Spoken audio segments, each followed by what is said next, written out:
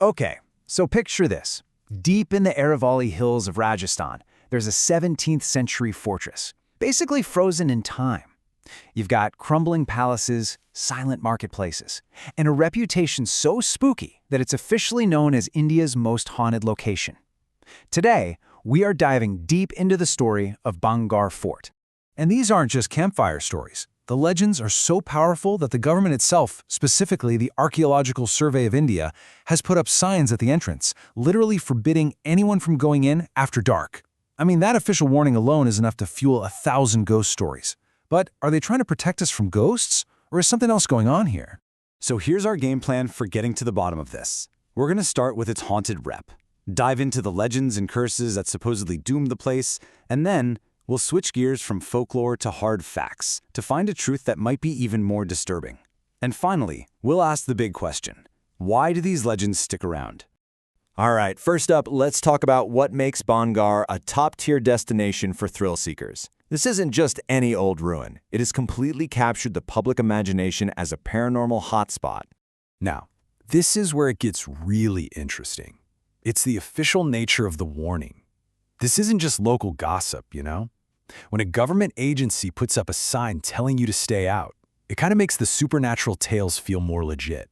It makes you wonder, what do they know that we don't? So, what are these stories exactly? I mean, a whole thriving town doesn't just disappear. Well, its complete and sudden abandonment is explained by two really powerful and actually very different legends.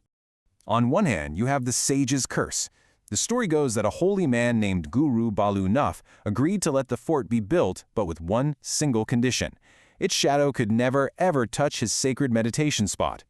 Well, of course, an ambitious prince built a palace just a little too high, the shadow fell, and bam, the curse was triggered, bringing ruin to the entire town. Then there's the other story, the more famous one, about a sorcerer who fell hopelessly in love with the beautiful Princess Ratnavati. When his magic plot to win her over backfired, he cursed everyone in the kingdom to die without any hope of rebirth.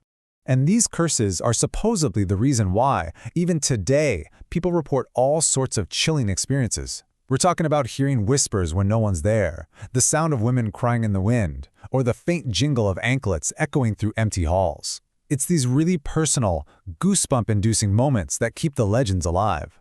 The stories are absolutely captivating, right? But this is where we make a hard pivot. We've heard the whispers from the ruins. Now, let's listen to what the stones themselves and the history books have to tell us. This is the million-dollar question. When we push past all the folklore and actually dig into the documented history, does any of it match up? Is there any record of a cursed princess or a holy man living in the shadows? Well, as it turns out, the reality of Bhangarh's end has less to do with black magic and a lot more to do with the grim, all-too-common forces of human history and nature. I mean, historians have combed through everything: Mughal court documents, royal records, administrative logs. And you know what they found? Absolutely nothing. Zero. There is no mention of a Guru Balu Nuff, no Princess Ratnavati, no curse. These key players in the legend, they seem to exist only in stories passed down through generations. And if you look at the actual timeline, it tells a very different story. Bhangarh didn't just vanish overnight. It was a slow, painful decline. It was founded in 1631, but by the 1720s, it was already starting to lose its importance. And then, the final blow, the Great Famine of 1783, a horrific event that devastated the region and sealed the town's fate for good. And to really get the scale of this, you have to realize we're not talking about some small military outpost. This was a bustling city. Try to imagine a population of nearly 10,000 people, with markets, grand houses, dozens of temples, all of it just silenced. So what about that spooky government sign? Well, there's a much more practical explanation. A lot of ancient sites like this are at risk from treasure hunters and vandals. That sunset to sunrise ban? It's a pretty standard security measure the ASI uses at remote sites to stop illegal digging and theft. It's not about ghosts, it's about protecting the history.